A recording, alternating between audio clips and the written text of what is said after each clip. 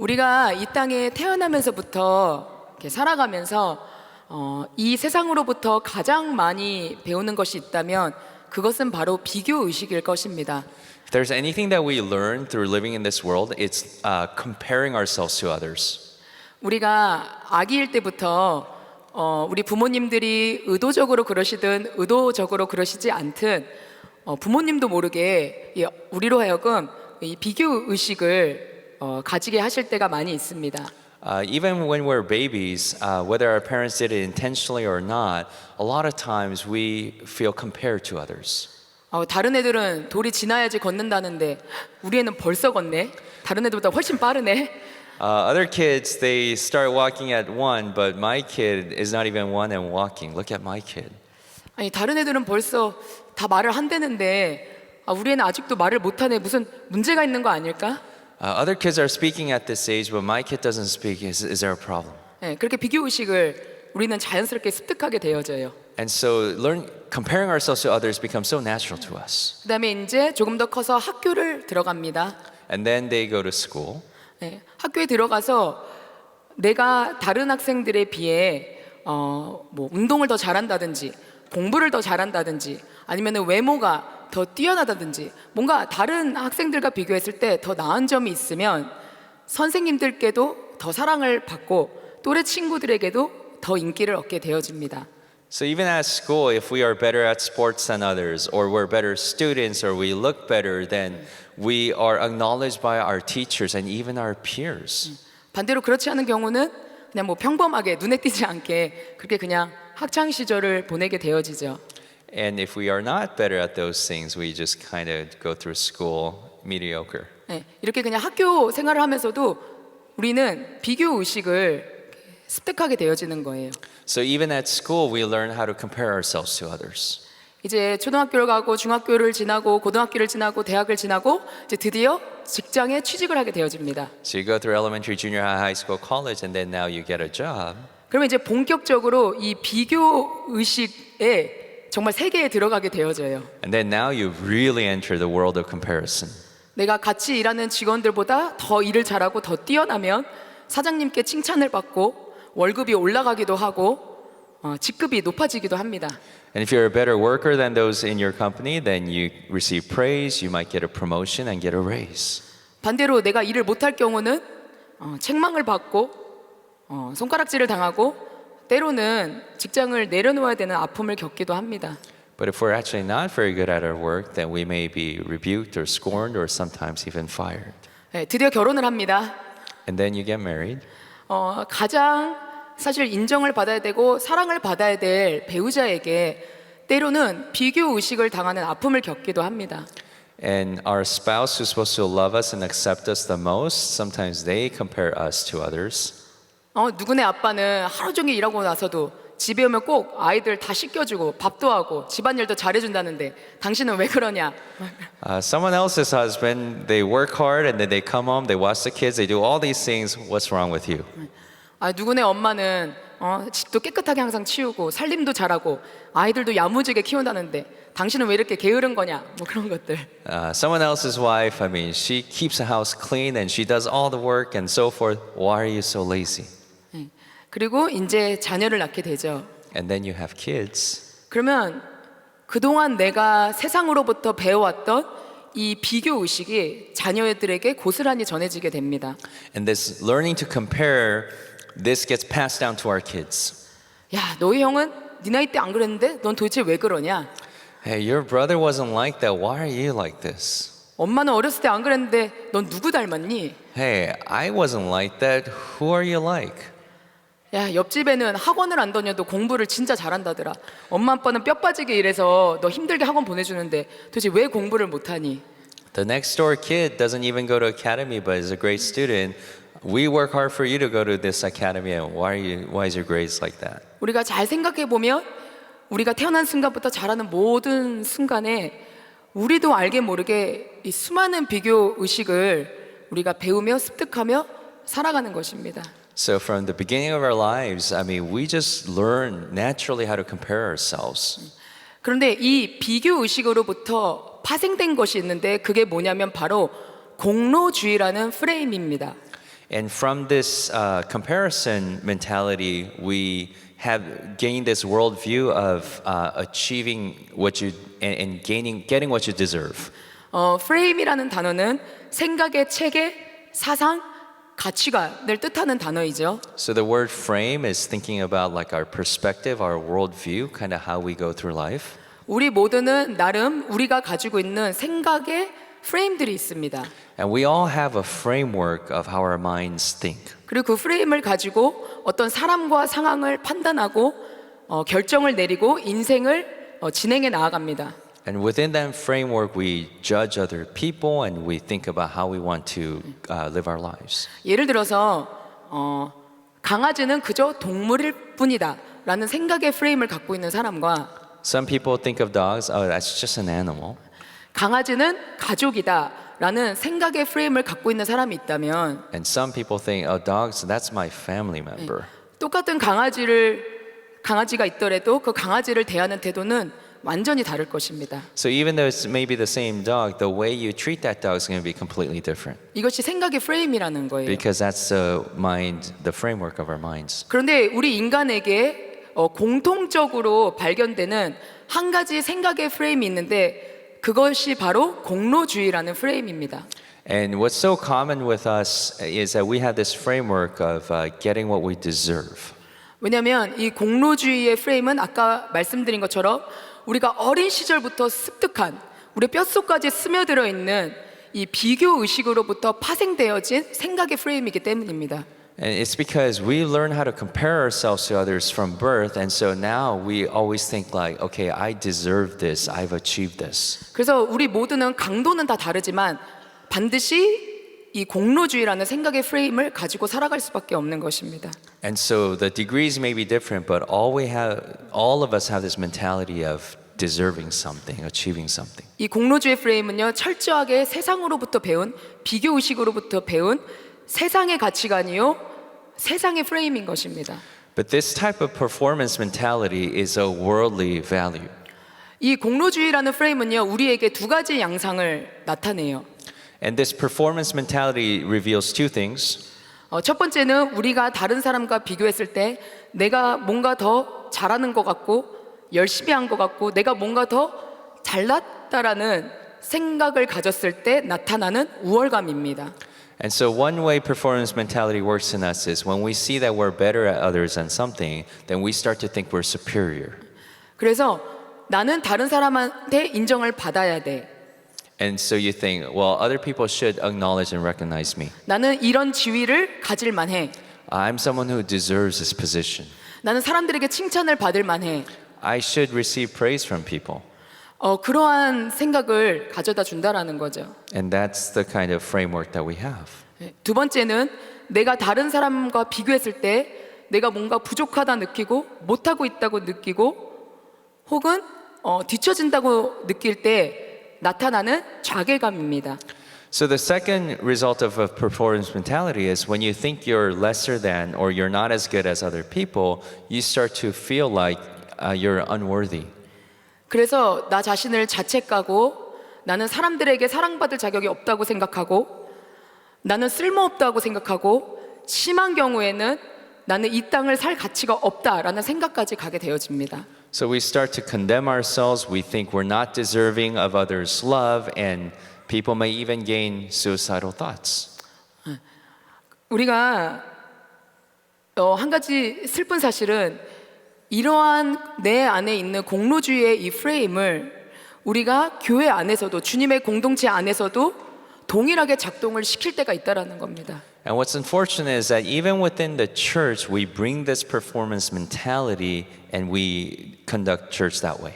나를 교회 안에 있는 다른 형제자매와 비교하면서 때로는 우월감을 느끼기도 하고 때로는 좌절감을 느끼기도 합니다. And so we compare ourselves to brothers and sisters in Christ at church, and then we think, oh, I'm better than these people, or oh, I'm worse than these people. 내가 다른 형제자매와 비교했을 때 내가 더 많은 사역을 감당하는 것 같고 내가 헌금도 더 많이 하는 것 같고 내가 무엇인가를 더 열심히 한다라는 생각이 들었을 때 So when we think, oh, I serve in greater capacity or I give more offering, 우리는 그것에 대한 보상을 받기 원하고 And so we feel like people need to pay us for that. 사람들의 칭찬을 받기 원하고 We need people to praise us. 그것에 맞는 직분을 얻기 원하고 And we want to gain positions. 하나님도 나를 축복하셔야지 마땅해 라는 생각이 들게 되어진다는 And we 거예요. feel I deserve for God to bless me.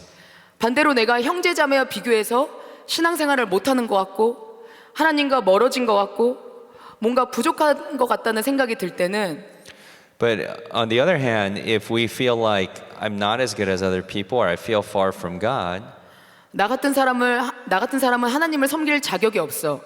someone like me doesn't deserve to serve God.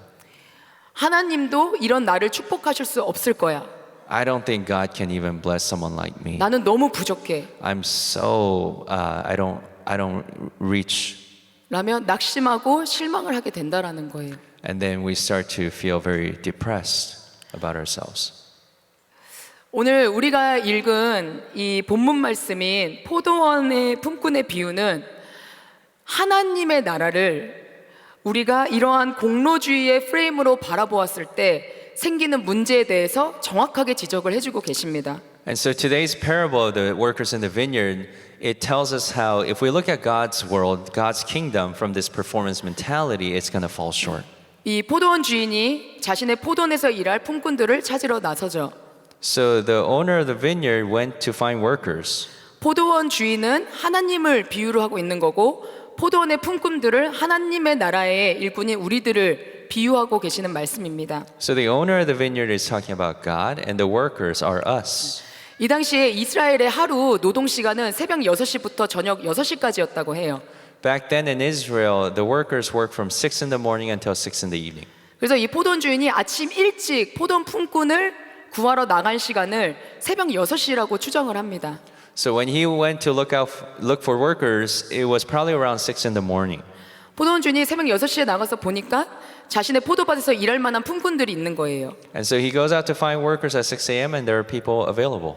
그래서 그들에게 가서 너희가 내 포도원에서 하루 종일 일을 해주면은 내가 너에게 한 데나리온을 주겠다라고 약속을 합니다. So he promises if you work all day, then I'll give you a denarius. 그 이야기를 들은 포도원 품꾼들도 좋다고 해요. And they agree on that. They like it. 그리고 일을 시작합니다. And they start to work. 그 이후에 포도원 품꾼이 이 개역 한글에는 제3시라고 되어 있죠.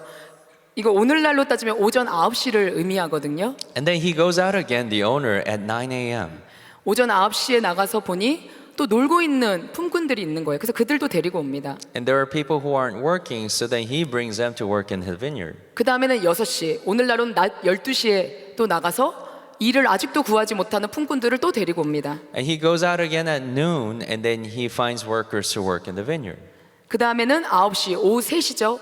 오후 3시에도 여전히 일을 찾지 못해 놀고 있는 품꾼들을 데리고 옵니다. And then 3 hours later, at 3 p.m., he finds more workers to come. 그리고 마지막 11시, 저녁 5시죠. And then lastly, it's at 5 p.m. he goes out. 일을 1시간밖에 할 수 없지만 일을 하지 못하는 그들이 안타까워 포도원 주인은 그들도 데리고 와 포도원에서 일을 하도록 하게 해줍니다. So there's only one more hour left in the workday, but the owner wants to bring them in and have them work for an hour. 이제 일이 다 끝났습니다. And so the workday is done. 포도원 주인이 맨 나중에 저녁 5시에 온 품꾼들부터 제일 새벽 6시에 온 품꾼들까지 줄을 세웁니다. And so all the workers, the ones who came at 5 p.m., all going back all the way to 6 a.m., they all line up. 그리고 그들에게 한 데나리온씩을 나눠줍니다. And then he gives a denarius to every single worker. 그랬더니 새벽에 일찍 온 포도원 품꾼들이 화가 난 거예요.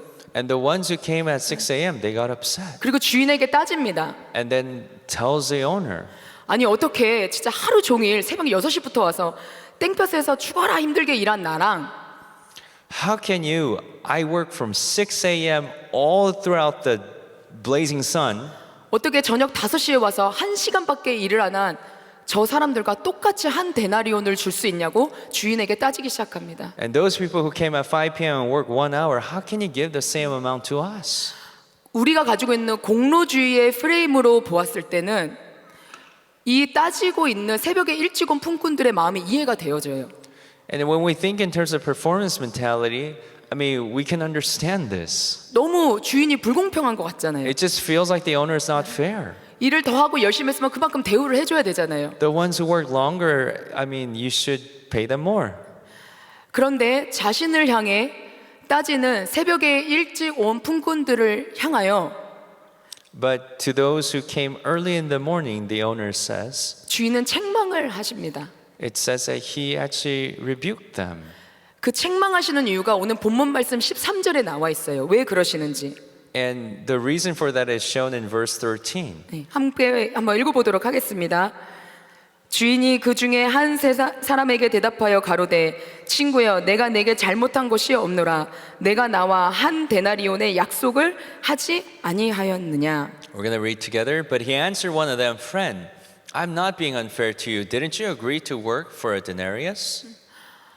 포도원 주인이 처음에 새벽에 일찍 온 품꾼들을 불렀을 때 분명히 주인은 그들에게 너희가 하루 종일 일한 대가로 나는 한 데나리온을 줄 거야 라고 약속을 이미 한 상태였습니다. When the owner hired those workers at 6 a.m., he promised them that he's going to give them a denarius for a full day's work. 그리고 새벽에 일찍 온 품꾼들도 이미 그것을 잘 알고 있었어요. And those workers already knew that going in. 포도원 주인이 두 데나리온을 줄 거를 한 개만 준 게 아니에요. He never told them, I'm going to give you 2 denarii, just one. 약속한 걸 그대로 지키고 그 한 데나리온을 주었어요. And so the owner did just as he promised to give that one. 그리고 한 데나리온은 그 당시 하루 종일 일한 사람이 받는 정당한 액수의 금액이었어요.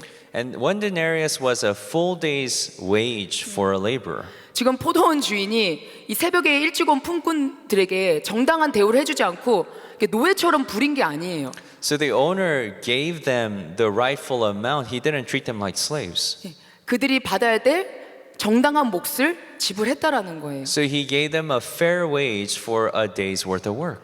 이 말씀을 보면 포도원 주인의 문제는 아무것도 없다는 걸 우리가 깨달을 수 있어요. So if you see it from that perspective, there's no problem with the owner of the vineyard. 문제는 무엇이냐면 And what's the problem?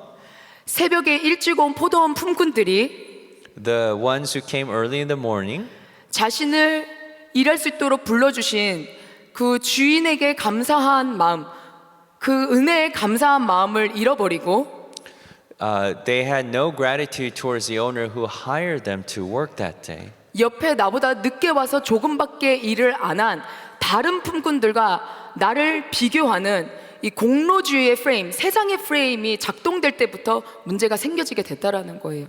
When they started comparing themselves to the ones who came later than them and they focus on that with their performance mentality or achievement mentality, that became the problem.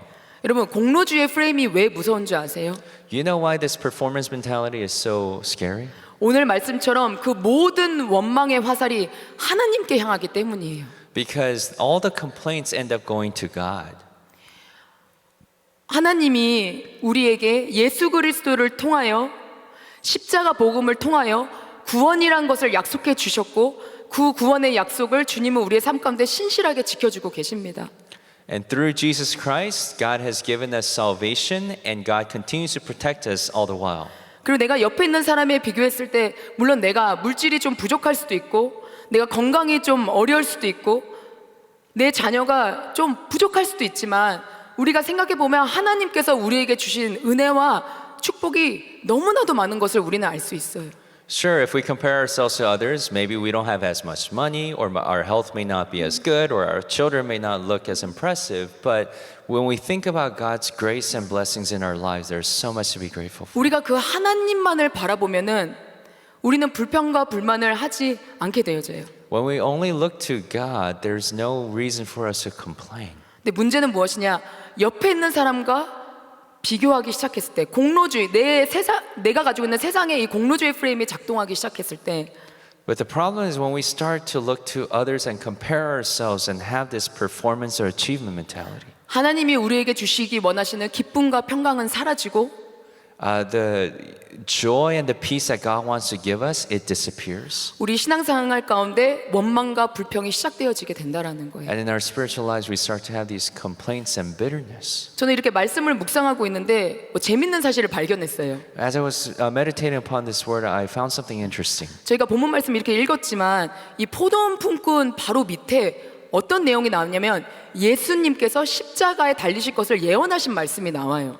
And when we see this passage, we see the parable of the vineyard, and then right after it talks about how Jesus said he's going to be crucified. 물론 그 말씀은 예수님께서 다른 시각에 다른 장소에서 전하신 말씀이세요. Most likely Jesus said that in a different time. 그래서 저는 왜 마태복음이 만들어질 때 왜 포도원 품꾼의 비유와 예수님 십자가 예언의 말씀이 이렇게 연결이 돼서 기록이 되어졌을까를 이렇게 생각하고 있었어요.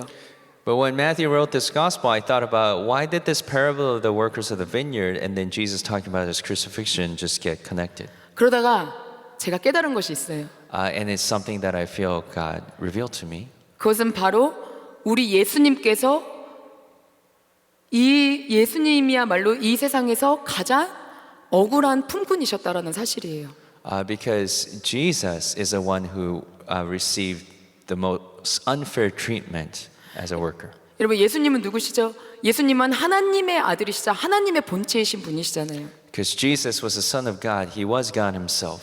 그분이 하늘의 영광을 다 버리시고 인간의 몸을 입고 이 땅에 오셔서 He left the glory of heaven and received human flesh. 하나님 나라의 가장 충성된 일꾼으로서 And he was the most faithful worker of God's kingdom. 가난한 자들, 병든 자들, 마음 아파하고 있는 자들, 어둠 가운데 있는 자들, And he treated those who were poor, those who were sick, those who were in darkness. 그 영혼들을 최선을 다해 섬기셨잖아요. And he served those souls. 본인의 고백대로 인자는 머리 둘 곳도 없다. 머리 둘 곳도 없으실 만큼 그렇게 온 힘을 다해서 하나님의 나라를 섬기셨던 분이시잖아요. As Jesus confessed that he had nowhere to lay his head and sleep, he served with that kind of commitment. 그런데 우리 예수님께서 그렇게 이 땅에서 하나님 나라를 위하여 충성되게 하나님 나라를 섬기시고 헌신한 그 몫은 무엇이셨죠?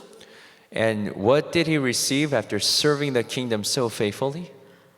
십자가에 달려 죽으셨다라는 거예요. What ended up was that he hung on the cross. 하나님 나라를 위해 충성을 다해서 섬기신 헌신하신 그분의 이 땅에서의 몫이 십자가였다라는 거예요. He was the most faithful worker of God's vineyard, but he received the cross. 그렇지만 우리 예수님은 한 번도 하나님을 원망하신 적이 없으셨어요. But Jesus never complained to the Father. 하나님 어떻게 나한테 이러시냐고 따지신 적도 없으셨어요. He never said to the Father, "How can you do this to me?" 예수님은 마치 털 깎이는 잠잠한 어린 양처럼 그 십자가를 지셨어요. And Jesus willingly went and took the cross. 어떻게 그러실 수가 있으셨을까요? How could he do that? 예수님은 누구보다도 하나님 아버지의 마음을 아셨던 분이셨기 때문이에요. Because Jesus knew the heart of the Father. 하나님이 영혼들을 얼마나 사랑하시는지, He knew how much the Father loved the souls. 하나님은 영혼들을 사랑하셔서 지옥에 갈 수밖에 없는 그 영혼들을 위하여 자신의 하나밖에 없는 아들 예수 그리스도를 이 땅에 보내주시고 그 아들을 십자가에 매달아 죽이실 수밖에 없는 그 하나님 아버지의 영혼들을 향하신 그 마음을 아셨기 때문에 예수님은 이 땅에서 자신의 몫이 비록 십자가였지만 그 십자가를 기쁨으로 지시고 십자가에서 돌아가실 수 있었다라는 거예요. Because he knew the Father's heart and how much he loved humanity, that he would send his only Son, that these humans were destined to perish, but now that he would save us through his Son, and then and Jesus knew this heart of the Father. 이처럼 예수님은 우리에게 하늘 나라의 프레임이 뭔지를 가르쳐 주셨다는 거예요. And now Jesus teaches us the framework perspective of heaven. 어떠한 생각과 마음으로 하나님의 나라를 바라봐야 되고 How do we need to view God's coming kingdom? 하나님의 영혼들을 바라봐야 되고 How do we need to view other people? 어떠한 마음과 생각으로 하나님을 섬겨야 되는지를 What kind of heart and mind do you need to have to serve God? 우리에게 손수 보여주셨다라는 거예요. And Jesus showed us how. 여러분 예수님을 잘 믿는다는 거는 뭔가요? What does it mean to believe in Jesus well? 그리스도인이 되고 신앙생활을 잘한다는 거는 어떤 의미인가요? What does it mean to be a Christian and to live their spiritual lives faithfully? 그거는 단순히 그냥 교회에 와서 봉사 좀 하고 그냥 헌금을 좀 하고 그냥 기도 좀 하고 말씀 읽고 물론 그런 것도 다 너무 귀한 하나님 나라의 일이지만 우리가 정말로 그리스도인이 된다라는 건 뭐냐면 내가 세상에서 배운 세상의 사고와 세상의 체계들 세상의 프레임들을 버리고 예수 그리스도께서 우리에게 알려주신 하늘나라의 프레임으로 우리의 생각을 바꾸는 것이 진정한 그리스도인이 되는 거라고 성경 말씀은 가르쳐주고 계세요. So to be a Christian doesn't mean that you just serve a little bit at church or give offering. I mean, read the Bible here and pray here. And while those things are important, but what's really important is that we throw away a worldly framework of our minds and to receive the heavenly perspective of how to view life. 그래서 로마서 12장 2절에서 이렇게 말씀을 하시는 거예요. And that's why Romans 12:2 it says this. 너희는 이 세대를 본받지 말고 오직 마음을 새롭게 함으로 변화를 받아 하나님의 선하시고 기뻐하시고 온전하신 뜻이 무엇인지 분별하도록 하라. Do not conform any longer to the pattern of this world, but be transformed by the renewing of your mind. 이 세대를 본받지 말고 마음을 새롭게 함으로. To not follow the ways of this world, but to follow the ways of God. 마음과 생각이 하나님 나라의 프레임으로 하늘나라의 프레임으로 바뀌어져야 된다라는 거예요. That our hearts and minds need to receive a heavenly perspective, a heavenly framework. 그게 진정한 그리스도인이라고 우리에게 가르쳐주고 계세요. And that's what a true Christian is. 그래서 성경 말씀을 보면요, 하나님이 끊임없이 이 프레임 전쟁을 하고 계시는 걸 볼 수 있어요. And so when we look at all throughout the scriptures, we see God just continuing to wage war against the framework of the world. 세상의 프레임에 젖어 있는 우리에게 하나님의 말씀을 통하여 계속해서 우리의 프레임을 바꾸는 작업을 하세요. 우리의 생각과 마음을 바꾸시는 작업. And we have this earthly mental framework, and God continues through His Word try to break that down and give us His mind. 그래서 예수님 뭐라 그러시죠? 너가 으뜸이 되길 원해? Do you want to become greatest in 너가 the kingdom? 첫째가 되기를 원해? You want to be first? 그럼 넌 모든 사람의 종이 되어라. Then you become slave to everybody. 누가 너의 오른뺨을 때려? Someone smacks you on the right, 그러면 cheek, 왼뺨도 돌려대. then turn your left cheek to them also. 너를 힘들게 하는 원수가 있니? Is there an enemy who's persecuting you? 그를 위해 기도하고 사랑하고 용서해. Bless them, love them, and forgive them.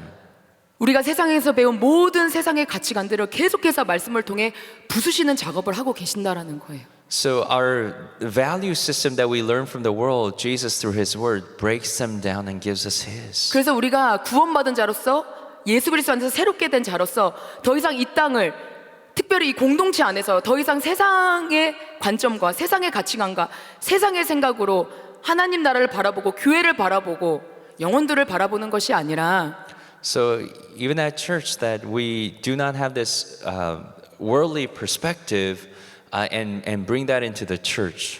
하나님이 진정으로 기뻐하시는 예수 그리스도의 프레임, 하늘나라의 프레임으로 하나님의 나라를 바라보고 영혼들을 바라보고 교회를 바라보기를 원하신다라는 거예요. So with a heavenly framework, with Jesus' perspective that we will be able to see others and do church.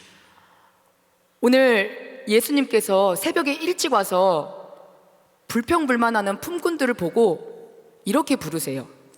And so Jesus, he tells these workers who came early in the morning who were complaining. 혹시 뭐라고 부르셨는지 기억나세요? Do you remember what God calls them? 예수님이 그들을 향해 이렇게 부르세요.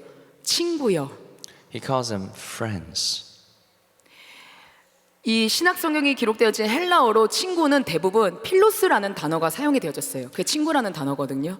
In the original Greek, it's a word philos. It's talking about friend. 그런데 이 구절에서 예수님 말씀하신 친구에는 헤타이로스라는 헬라어 단어가 사용이 되어졌어요. But in this example, it uses a different Greek word, hetos.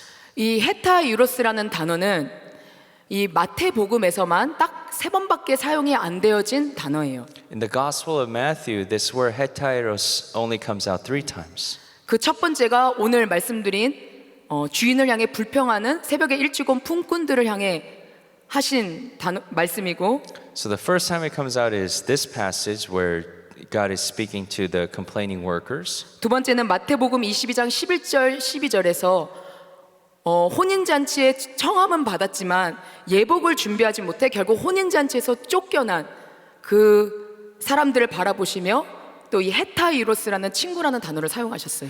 And Matthew 22 verses 11 through 12, when it talks about parable of the wedding banquet, the people who came to the wedding but were not dressed properly, God calls them heteros. 그리고 마지막으로 마태복음 26장 47절에서 50절에 나온 가룟 유다를 향해 이 헤타이로스라는 단어를 사용하셨어요. And then also in Matthew 26, when Jesus addresses Judas Iscariot, he uses the word heteros. 이것은 무엇을 의미하죠?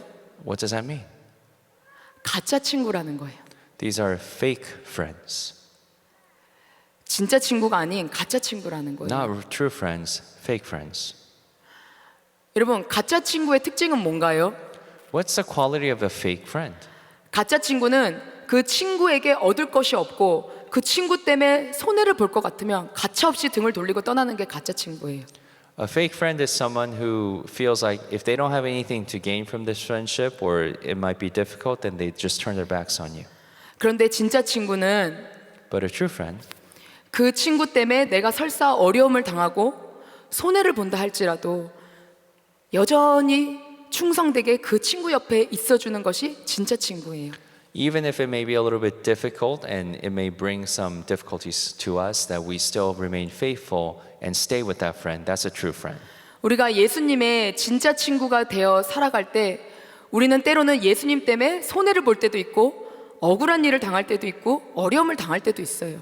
When we are real friends of Jesus, we might experience that sometimes there may be difficulties following him, and then sometimes things are done to us.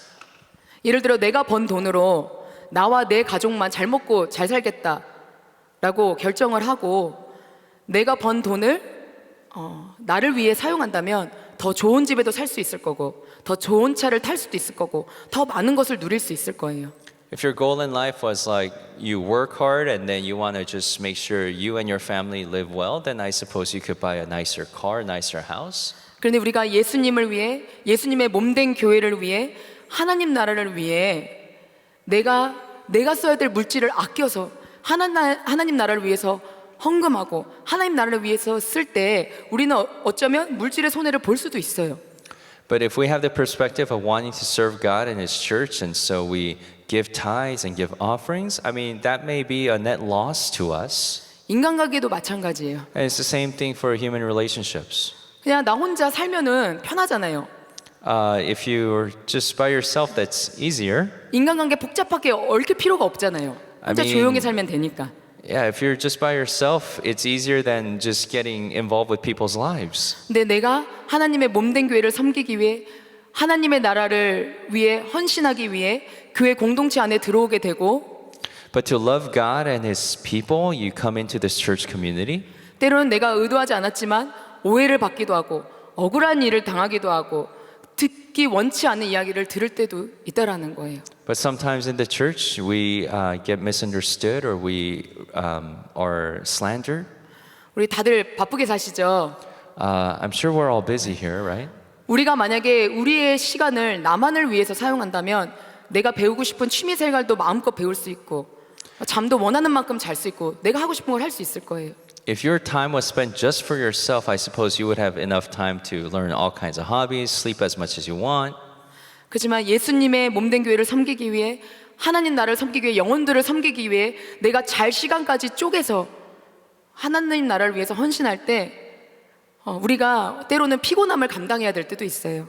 But to serve Jesus and His church, sometimes we even lose hours of sleep to serve Him, and that could become the reality of our lives. 그래서 때로는 예수님의 진짜 친구가 된다는 건 쉽지가 않아요. So sometimes becoming a real friend of Jesus is not an easy thing. 때로는 넘어질 때도 있고 There are times we fall. 뒤돌아서 가고 싶을 때도 있고 Sometimes we want to turn around, 막 마음이 낙심될 때도 있고 and sometimes we get disappointed, 주저앉고 싶을 때도 있어요. and maybe we just want to quit. 그런데 예수님의 진짜 친구들은 그 가운데서 다시 오뚜기처럼 벌떡 일어나요. But true friends of Jesus, they get right back up. 왜? 나의 친구 대신 예수 그리스도의 마음을 알기 때문에. Why? Because we know that Jesus' heart, who is our true friend. 예수님께서 이 교회 공동체를 세우시기 위해 십자가에 달려 자신의 몸을 찢으시고 피 흘려 이 교회를 사셨고 To establish this church community, Jesus died on the cross and His flesh was torn to establish us. 예수님께서 그 영혼들을 사랑하셔서 구원하시기 위해 십자가에 달리셨고 And because Jesus hung on the cross because of His love for these souls. 이러한 예수 그리스도의 마음을 알기 때문에 because we know that heart of Jesus, 다시 한번 일어나서 힘차게 예수님이 가셨던 그 십자가의 길, 좁은 길을 우리도 같이 갈 수 있는 것을 믿습니다. that's why we get back up and then we walk the path of the cross or the path of the narrow road. 오늘 말씀을 마무리하기 원해요. I want to close.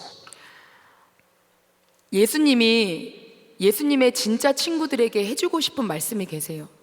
Jesus wants to say this to his true friends. 그건 뭐냐면 미안하다 그리고 고맙다입니다. I'm sorry and I thank you. 저는 원래 목소리가 이렇지가 않았어요. My voice was not always like 네, this. 목소리가 그래도 좀 이뻤거든요. It used to be prettier. 기도를 하느라고 이제 목이 다 쉬었어요. Through prayer, my voice changed. 근데 제가 늘 간증을 하지만 저는 처음부터 믿음이 너무 좋아서 기도를 한 게 아니었어요. I always testify of this. I didn't pray because I had such great faith from the beginning. 인생을 살아오면서 어렵고 절망되고 낙심되는 일 가운데 As I was living life, there were times when it was very difficult and I dealt with disappointments. 또 사역을 하면서 때로는 포기하고 싶고 때로는 마음이 어렵고 낙심되는 순간에 And as I was doing ministry, there were times when I wanted to quit or there were times when I was discouraged. 할 수 있는 게 기도밖에 없잖아요. And the only thing I could do was to pray. 그래서 기도를 시작하게 되었어요. And that's why I started to pray. 얼마 전에 기도를 하는데 A little while ago, I was praying. 예수님이 저한테 이렇게 말씀을 하시더라고요. Jesus spoke this to my heart. 미안하다. Sorry. 근데 처음에 그 말씀이 잘 이해가 안 갔어요. And I couldn't really understand. 근데 여기 계신 우리 성도님들 다 경험해 보셨지만 주님의 임재에 깊이 들어갔을 때 깨달음이 오잖아요. And I'm sure all of you have experienced when you go deep into the presence of God, there is an understanding that comes. 주님이 왜 저에게 미안하다고 하셨는지 그 깨달음이 오기 시작하는 거예요. I started to understand why Jesus would say, I'm sorry to me. 주님의 입장에서는 저를 주님의 사역자로 세우시기 위하여 From his perspective, to establish me as a pastor, 또 기도하는 사람으로 세우시기 위하여 to establish me as a person who prays, 어쩔 수 없이 제 삶의 그런 어려운 상황들, 환경들을 허락하실 수밖에 없었다라는 거예요. that he had to allow these difficult circumstances into my life. 물론 주님의 전적인 은혜로 제가 이 자리까지 왔지만 Of course, through the grace of God, I've come this far. 주님의 나라를 위하여 훈련하시기 위해 세우시기 위해 통과해야 됐던 저에게 주셨던 고난들, 아픔들, 어려움들을 주님은 아시고 그것을 미안하게 생각하신다라는 걸 깨달았어요. But to train me for His kingdom and for His glory's sake, the difficulties and trials that I had to suffer, like for that, Jesus felt apologetic. 내가 주님의 나라를 섬기기 위해 영혼들을 섬기기 위해 때로는 주님의 진짜 친구가 되고 싶어서 내가 손해봤던 거, 아팠던 거, 눈물 흘렸던 거 주님이 그것을 아시고 그 과정을 통과해온 저에게 미안한 마음을 갖고 계시다는 걸 깨달았어요. To serve Jesus and His church, to become His true friend, when I went through all these difficulties and trials, and these processes, Jesus said, sorry about that. 그리고 주님께서 또 저에게 고맙다라는 말씀을 하시더라고요. And then He also said, thank you. 근데 저에게 주신 그 음성은 저만의 것이 아닌 걸 알아요. But I have this conviction that that's not just Him speaking to me alone.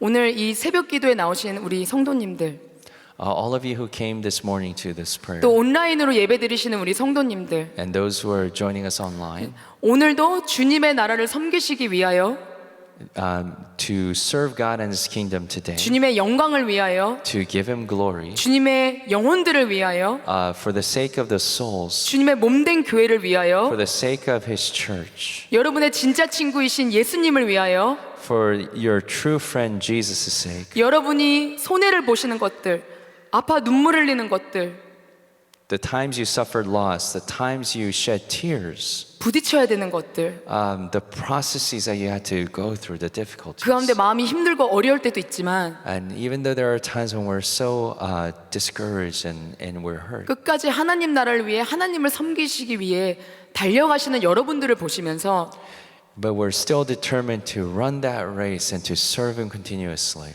예수님은 동일한 음성을 주시기 원하세요. I believe He wants to speak the same word to you. 미안하다 I'm sorry 그리고 고맙다. Thank you. 저는 오늘 이 말씀으로 우리 성도님들을 위로해 드리고 싶어요. And I wanted to bring encouragement to all of you through this word. 때로는 예수님의 진짜 친구로 살아가는 게 쉽지 않지만 Even though it's not always easy to live as a true friend of Jesus. 때로는 예수님의 진짜 친구로 살아가는 것이 마치 오늘 말씀처럼 새벽에 일찍 온 품꾼들처럼 하루 종일 땡볕에서 일한 것 같은 헌신과 수고가 필요하지만 And sometimes it's like the workers who came at dawn, like we have to work all throughout the day under the scorching sun. 우리가 여전히 그 길을 포기하지 않고 그 십자가의 길을 달려갈 수 있는 힘은 But the fact that we can continue to run the race despite the difficulties, 우리의 진짜 친구 되신 예수 그리스도 때문임을 믿습니다. the strength is given by our true friend Jesus Christ. 그래서 우리는 포기하지 않을 거예요. And that's why we will not give up. 주님을 섬기는 일을 포기하지 않을 거예요. We will not quit serving the 주님의 Lord. 몸된 교회를 세우는 일을 포기하지 않을 We 거예요. will not quit 우리는 establishing the 주님을 church. 끝까지 따라갈 거예요. We're going to follow him till the 우리에게 end. 맡겨진 사명을 끝까지 감당할 And 것입니다. we're going to finish the task that he has given us. 왜? 우리의 진짜 친구 되신 예수 그리스도를 위하여. Why? Because of the sake of our true friend Jesus. 그분이 나를 사랑하시고 나도 그분을 사랑하기 때문에. Because he loves me and because I love him.